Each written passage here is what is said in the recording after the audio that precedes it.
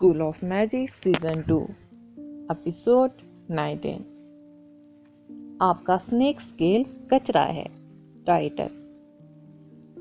आधे साल से उसकी कल्टीवेशन में कोई सुधार नहीं हुआ था। उसके लिए यह अच्छी बात नहीं थी।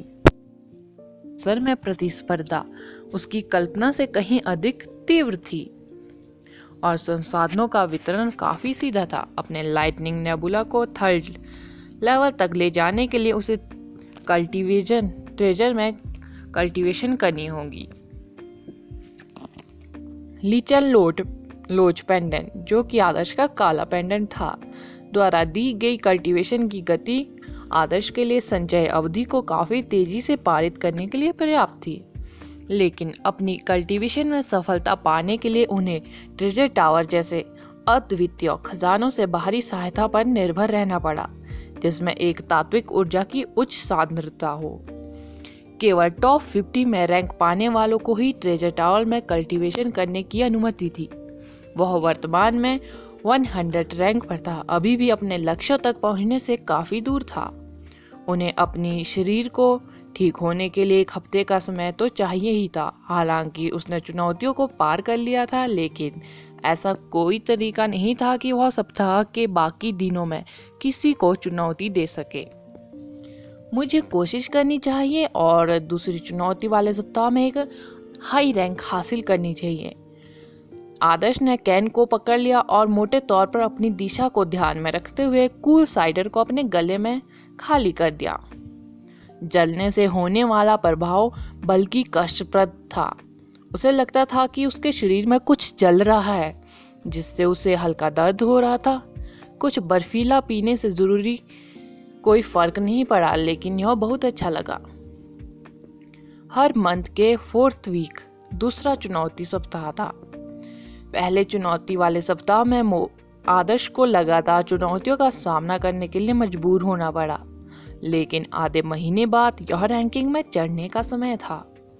स्कूल द्वारा दिए गए संसाधन काफी अधिक नहीं थे। यदि वह उच्चतम संभव पद प्राप्त नहीं कर पाता तो उसकी कल्टीवेशन काफी जल्दी दूसरों से पीछे रह जाती। यह महसूस करने के बाद कि वह घर पर 1 सप्ताह के आराम के बाद पूरी तरह से ठीक हो गया था, आदर्श ने दादू को याद किया और अपने प्यारे स्नेक स्केल के साथ डोंगफेनिंग ओरिएंटावल गए। हाथ में परिचयात्मक पत्र के साथ आदर्श मैजिक एसोसिएशन के मुख्य हॉल में गया और जल्दी से आर्मर फोर्स मास्टर हुओ तू, जो टावर के अंदर काफी प्रसिद्ध था, का पता लगा लिया। हुओ तू का बहुत सम्मान किया जाता था। मैजिक एसोसिएशन में उनका अपना शानदार गेस्ट रूम भी था। ओरिएंटल पर्ल टावर में मैजिक एसोसिएशन के स्थान की ऊंचाई के कारण फ्रेंच खिड़कियों के माध्यम से हुआंगपो नदी के सबसे खूबसूरत पल को आसानी से कैद किया जा सकता था। देश में 2 सबसे आधिकारिक मैजिक एसोसिएशन राजधानी बीजिंग में मैजिक पैलेस और डोंगफिंग पर्ल मैजिशियन थे। इसलिए इस तरह के अतिथि कक्ष वाला व्यक्ति निश्चित रूप से कोई साधारण व्यक्ति नहीं था। ऐसा लग रहा था यह बूढ़ा बाओ वास्तव में एक एकांत प्रिय एक्सपर्ट था। हाय, मैं मिस्टर हुओ का शिष्य ली जुआन हूँ। साफ सुथरे कपड़ों में एक युवक ने विनम्रता से कहा। ओह हेलो, मैं यहाँ मिस्टर हुआ के लिए हूँ। क्या वह अंदर है? आदर्श ने कहा और बेशर्म नाम वाले आदमी की तरफ देखा। जुनान का अर्थ चीनी में सुंदर आदमी है। वह अंदर है, यह सिर्फ इतना है कि उसका स्वभाव बहुत अच्छा नहीं है, ली जुआन ने धीरे से कहा। मैं समझता हूँ, लेकिन मुझे दादू ने बताया है कि केवल मिस्टर हुओ तू ही मेरे पास मौजूद सामग्री को संभाल सकते हैं, इसलिए मुझे उम्मीद है कि आप उसे बता सकते हैं, आदर्श ने सख्ती और ईमानदारी से कहा। एक कंस्ट्रक्टर आमतौर पर एक अर्थ मैजिशियन था, जबकि अधिकांश फोर्स मास्टर लाइटनिंग और फायर मैजिशियन थे। दानव जानवरों की दुर्लभ हड्डियां, स्केल्स, त्वचा की अनूठी रचना थी जिसे साधारण मशीनरियों से तोड़ना असंभव था। उन्हें गलाने के लिए फोर्स मास्टर की विशेष फायर पर निर्भर रहना पड़ता था या इलेक्ट्रोस्टैटिक्स करने के लिए लाइटनिंग पर। यह प्रक्रिया सोने को गलाने के समान थी। सोने के गहनों में बदलने के लिए उन्हें पहले सोने को पिघलाया, फिर सोने को ठंडा करने और जमने के लिए जादुई उपकरण का इस्तेमाल किया, जिससे उन्हें अपनी जरूरत का आकार मिला। इसी प्रकार उपकरण बनाने के लिए इस्तेमाल की जाने वाली सामग्री को पहले गलाना पड़ता था, अन्यथा जो सामग्री उन्होंने दानव जानवरों से प्राप्त की वह जूते, कवच, कंगन, पेंडेंट, अंगूठियों और इसी तरह की उपयोगी आकार में संभवतः कैसे हो सकती थी। इसके अलावा चूंकि उपकरण उपयोगकर्ताओं की आत्मा से बंधे थे, उन्हें उपयोग करने के लिए पहले उन्हें सक्रिय करने की भी आवश्यकता थी। इस दुनिया में केवल दुर्लभ त्वचा, हड्डियां, पंजे, स्केल्स, पंख और इस तरह के राक्षसी जानवरों में उन्हें मानव आत्माओं को बांधने के लिए आवश्यक ऊर्जा की आवश्यकता होती है। इसलिए कई हंटर जंगली जानवरों का शिकार करके उन्हें इकट्ठा कर रहे थे।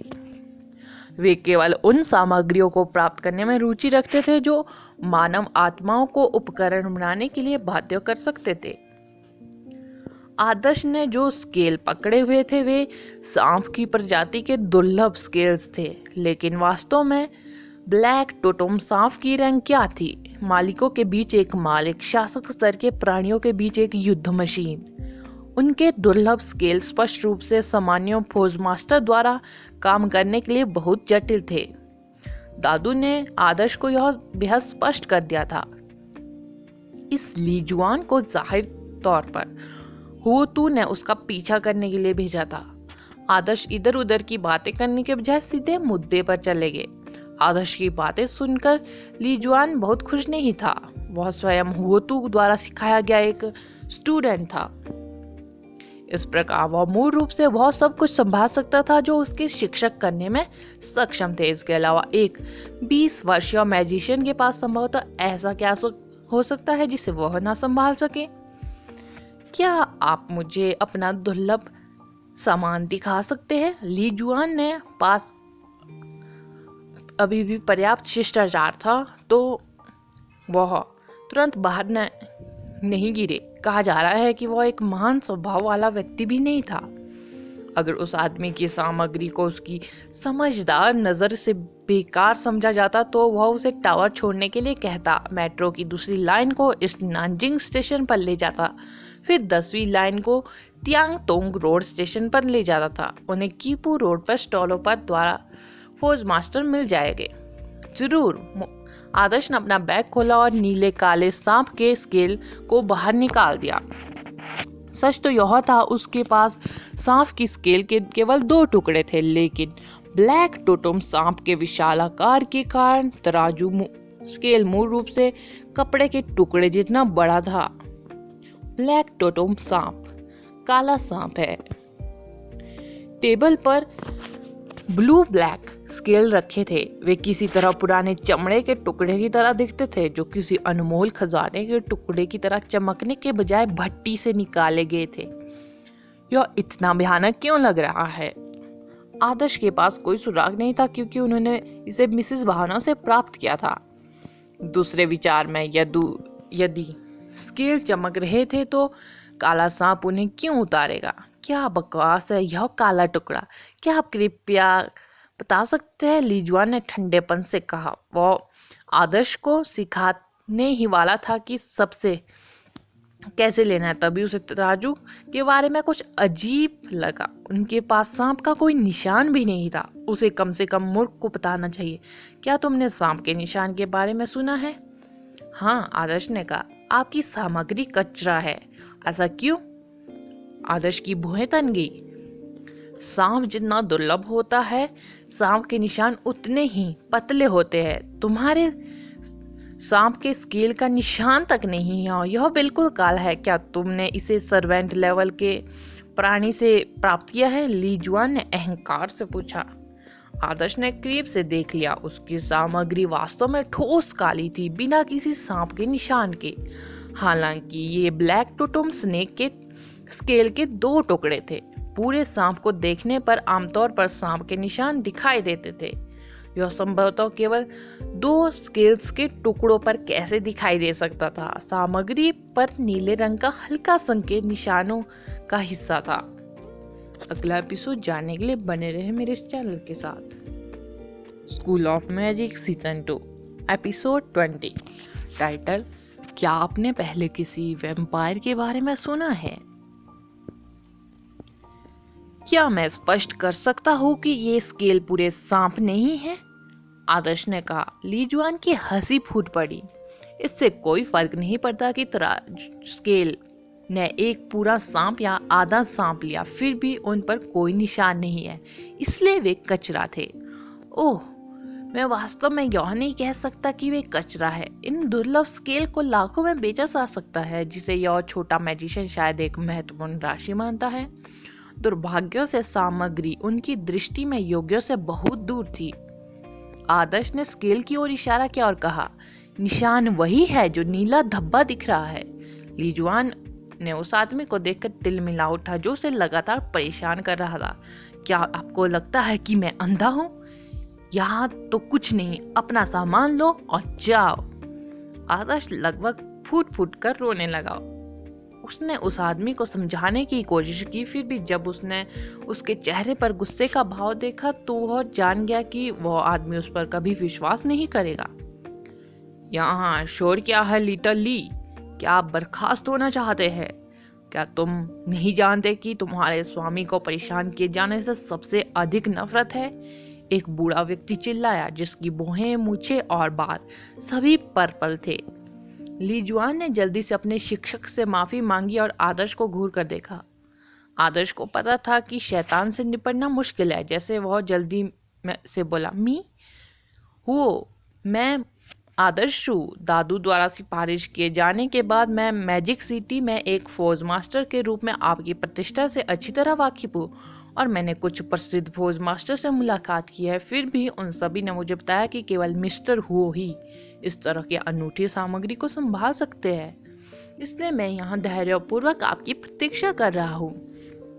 लीजुआन ने अपनी आंखें चौड़ी कर ली। कितना बेशरम है यह लड़का। धैर्यपूर्वक प्रतीक्षा करने का उसका क्या मतलब है? वह 5 मिनट से भी कम समय पहले यहाँ आया था, पर्याप्त तग्गी के साथ। क्या आपको लगता है कि मेरे मास्टर को केवल इसलिए बहकाया जाएगा क्योंकि आप उनकी चापलूसी कर रहे हैं? लीजुआन अपने भाषण के बीच में ही था कि उन्होंने पीछे से दरवाजे को धक्का दिए जाने की आवाज सुनी। लीजुआन ने मुड़कर देखा और अपने मालिक को अपनी अच्छी तरह से इस्त्री की हुई शर्ट में अपमानजनक तरीके से बाहर निकलते देखा। उनका चेहरा एकांत प्रिय एक्सपर्ट की तरह अभिव्यक्तिहीन था, लेकिन उनकी आंखों में गर्व की झलक दिख रही थी। वह ऊपर आया और तिरस्कारपूर्वक कहा, लिंगशी, गुसियलन, चेरोंग, आप उन मंद दृष्टि वाले पुराने चुभन की तुलना मुझसे कैसे कर सकते हो? मुझे लगता है कि वे अपनी सीमाओं से अच्छी तरह वाकिफ है, यह जानते हुए कि मैं हूँ तू सभी प्रकार की दुर्लभ सामग्रियों से निपटने में माहिर हूँ। तुम्हारे पास वहाँ क्या है, मुझे देखने दो। आदर्श बहुत खुश हुआ जब उसने हुआ तू को कमरे से बाहर आते देखा। इस बीच लीजुआन को अपने ही सिर में थप्पड़ मारने का मन हुआ। इतने अविश्वसनीय गुरु के साथ उसका अंत कैसे होने वाला था? आदर्श के जवाब देने से पहले ही लीजुआन बोला, मास्टर, क्या आपने मुझे पहले ही से ही नहीं सिखाया कि सांप की प्रजातियों की वंशावली की पहचान कैसे करें? आमतौर पर उच्च वंश वाले लोगों में अधिक स्पष्ट सांप के निशान होंगे। यह सामग्री पूरी तरह से काली है, जिसमें सांप के निशान का कोई निशान तक नहीं है। मुझे यकीन है यह एक बहुत ही सामान्य सामग्री है। वो तू स्केल के पास गया और ध्यान से उनका निरीक्षण किया, जबकि उसकी अभिव्यक्ति तेजी से बदलती रही। तुम बेवकूफ हो। क्या मैंने तुम्हें सबसे अच्छी बर्फ की चादरों पर कीमती सामग्री डालने के लिए नहीं कहा था? आपने उन्हें टेबल पर क्यों रखा? देखो टेबल कितनी गंदी है। क्या आप जानते हैं कि अगर सामग्री में थोड़ी सी भी धूल पकड़ लेती है तो मुझे कितनी अतिरिक्त मेहनत करनी पड़ती है? वो तूने मुड़कर लीजुआन को डांटा। वो तूने जल्दी से एक बर्फ की चादर पकड़ ली और धीरे से सांप के स्केल को उन पर स्थानांतरित कर दिया। उसकी आंखों में झिलमिलाहट अब लालच का संकेत दे रही थी।